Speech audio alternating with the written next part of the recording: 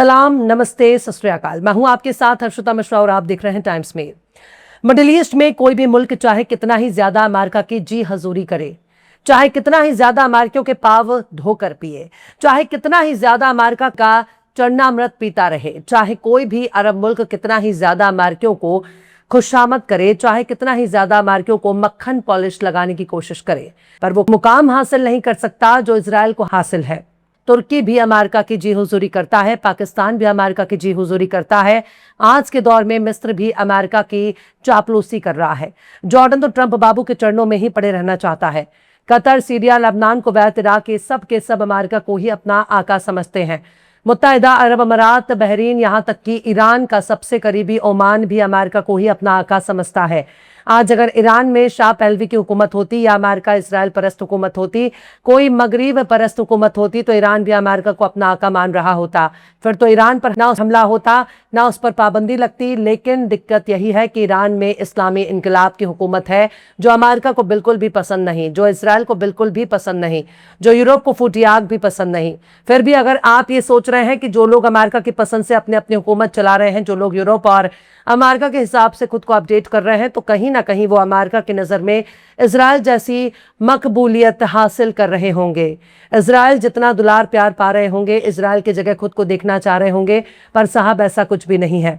हकीकत तो यही है कि अरब के देश चाहे ट्रंप को कितना ही दूध दही घी क्यों ना खिला दें, चाहे कितना ही उसे शहद चटा चटा कर मोटा भैंसा बना दें, चाहे उसे बड़े बड़े सोने के हवाई जहाज ही क्यों ना दे दें, उसके टट्टी पकाने के लिए सोने चांदी और हीरे जवाहरात की टॉयलेट सीट क्यों ना बना दें, पर वो कभी भी अमेरिका के नजरों में वो मुकाम हासिल नहीं कर सकता जो इसराइल को हासिल है।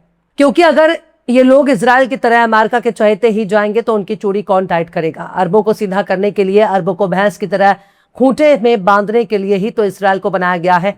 और अगर ईरान की तरह अरब के मुमालिक भी खुद को छुट्टे सांड की तरह देखना चाहते हैं, तो ऐसा करने के लिए उन्हें अमेरिका की जी हुजूरी छोड़नी होगी। ऐसा करने के लिए उन्हें मगरिब की गुलामी बंद करनी होगी। ऐसा करने के लिए उन्हें वॉशिंगटन को लाल आंख दिखानी होगी। आपको हमारी बातें बड़ी अजीब लग रही होंगी, पर हम अपनी बातों को पर्दादारी से बाहर रखना चाहते हैं। अगर आपको अमेरिका और इजराइल की करतूत को देखना है, तो एक बार सऊदी अरब की तरफ निगाह उठाकर देख लीजिए। सऊदी अरब को एक नजर देख लीजिए और बताइए कि सऊदी अरब ने इजराइल का क्या बिगाड़ा है, अमेरिका का क्या बिगाड़ा है, या किसी भी मगरबी मुल्क का क्या बिगाड़ा है। हाँ, ये जरूर है कि सऊदी अरब से लेकर अमेरिका और अमेरिका से लेकर पूरे यूरोप तक सऊदी अरब और तमाम अरबों की बर्बादी तबाही के लिए मगरबी ताकतों ने क्या क्या इंतजाम नहीं किए। पर बात सिर्फ यहीं तक नहीं है। सऊदी अरब के साथ सुपर पावर अमेरिका ने एक बहुत बड़ा कांड कर दिया है, जिसे देखकर आप बखूबी अंदाजा लगा सकते हैं कि अगर ईरान ने अमेरिका के साथ दुश्मनी करके ठीक नहीं किया, तो सऊदी अरब ने अमेरिका की जी हुजूरी करके क्या ही हासिल कर लिया। ईरान तो कम से कम अपनी इज्जत बचाए हुए है, उसने अपनी इज्जत को पामाल नहीं होने दिया। दुश्मन का डटकर मुकाबला किया और उसके आगे दुश्मन पस्त हो गया, कदम पीछे हटाने के लिए मजबूर हो गया। लेकिन सऊदी अरब ने ना अपनी इज्जत बचाई, ना अपना आबरू बचाया और ना ही अपनी खुद मुख्तारी को बरकरार रख पाया। सऊदी अरब और अमेरिका के दरमियान न्यूक्लियर डील तय पाई गई, दोनों के दरमियान सिग्नेचर भी हो गया। अमेरिका ने सऊदी अरब को न्यूक्लियर एनरिच करने में मदद का वादा किया और इस मदद को कागजी शक्ल देने के लिए ही सऊदी अरब और अमेरिका के दरमियान न्यूक्लियर डील हुई। लेकिन अब डील होने के बाद अमेरिका ने सऊदी अरब को ठेंगा दिखा दिया और उसने अब खुलेआम कहना शुरू कर दिया कि जब तक सऊदी अरब अब्राहम अकॉर्ड को साइन नहीं करता, जब तक इजराइल के साथ अपने रिश्ते बहाल नहीं करता, तब तक घरेलू एनरिचमेंट की इजाजत नहीं देगा। मतलब आप समझ रहे हैं, ये सब कुछ ऐसे ही नहीं हो गया। जिस वक्त सऊदी अरब और अमेरिका के दरमियान न्यूक्लियर डील साइन हुई, उस वक्त इसराइल ने एतराज करना शुरू कर दिया। इसराइल ने हमेशा से ही सऊदी अरब को एनरिचमेंट का हक देने की मुखालिफत की है। उसने हमेशा से ही सऊदी अरब को एनरिचमेंट का हक दिए जाने का विरोध किया। लिहाजा अमेरिका ने सऊदी अरब को एनरिचमेंट का हक देने से इनकार कर दिया।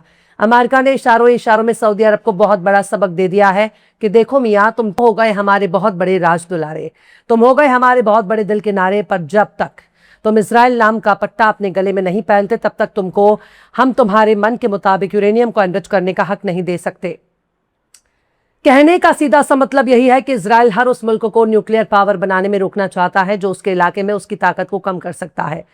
वो नहीं चाहता कि मिडिल ईस्ट में कोई भी मुल्क ताकत के मामले में उससे ज्यादा आगे निकल जाए। इससे कोई फर्क नहीं पड़ता कि इजराइल से ज्यादा ईरान ताकतवर हो जाए। ईरान की तरह कोई भी मुल्क अगर खुद को न्यूक्लियर एनर्जी के मामले में ताकतवर देखना चाहता है या हथियारों के जरिए ही खुद को मजबूत करना चाहता है तो इससे पहले इजराइल से परमिशन लेनी होगी। अगर इजराइल ने उसे मंजूरी दे दी है तो उसे कोई ताकत हासिल होगी। यानी मिडिल ईस्ट में चाहे किसी भी मुल्क के पास कोई भी ताकत हासिल हो, तेल अवीव के रास्ते ही वो ताकत किसी को मिलेगी। वरना सोचकर बताइए, ईरान ने कौन सा नेतन्याहू के घर में डकैती की है? ईरान ने कौन सा नेतन्याहू की भैंस खोली है? ईरान ने ना तो डोनाल्ड ट्रंप की बिल्ली चुराई है, ना ही किसी मगरबी ममालिक को आंख मारी है। तो फिर ईरान से दुश्मनी किस बात की? ईरान पर फिर अमेरिका और इसराइल ने हमले क्यों किए? क्यों कई दशकों से अमेरिका ने ईरान पर पाबंदी लगा रखी है? क्यों यूरोप की आंखों में ईरान खटकता है? और क्यों इसराइल का सबसे बड़ा दुश्मन ईरान है? इसके पीछे की सबसे बड़ी वजह ही ताकत है।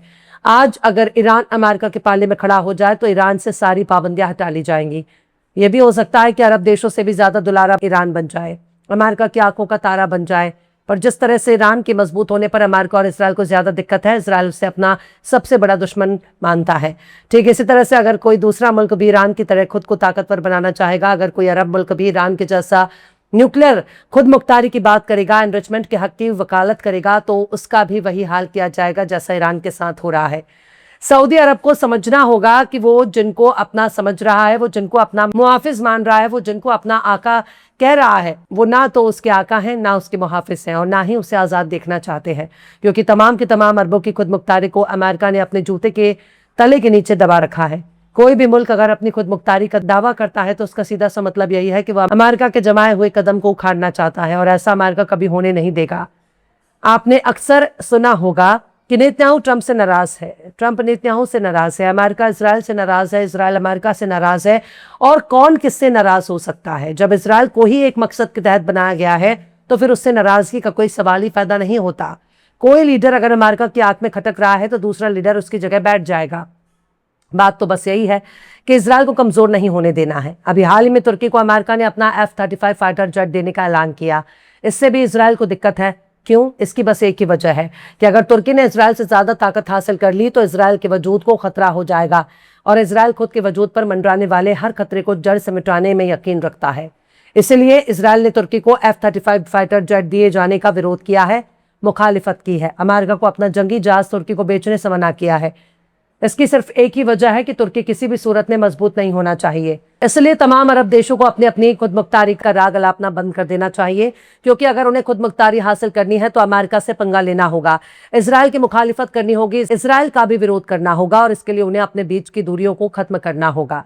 फिलहाल इस खबर में बस इतना ही। यह एपिसोड आपको कैसा लगा कमेंट बॉक्स में जरूर से बताइए। पसंद आए तो लाइक करें, शेयर करें, और बेबाक निष्पक्ष स्वतंत्र पत्रकारिता को सपोर्ट करने के लिए आप हमारे चैनल टाइम्स मेल को जरूर से सब्सक्राइब करें, और बेल आइकन की घंटी वाली बटन आप जरूर से दबा दें ताकि आपको हमारे आने वाले नए वीडियो की नोटिफिकेशन फौरन मिल जाए। फिर मिलते हैं किसी और वीडियो में एक नई खबर के साथ। हर्षिता मिश्रा को दीजिए इजाजत। जय हिंद। अगर अभी तक आपने हमारे चैनल टाइम्स मेल को सब्सक्राइब नहीं किया है तो जल्दी से सब्सक्राइब कर दें और बेल आइकन भी प्रेस कर दें।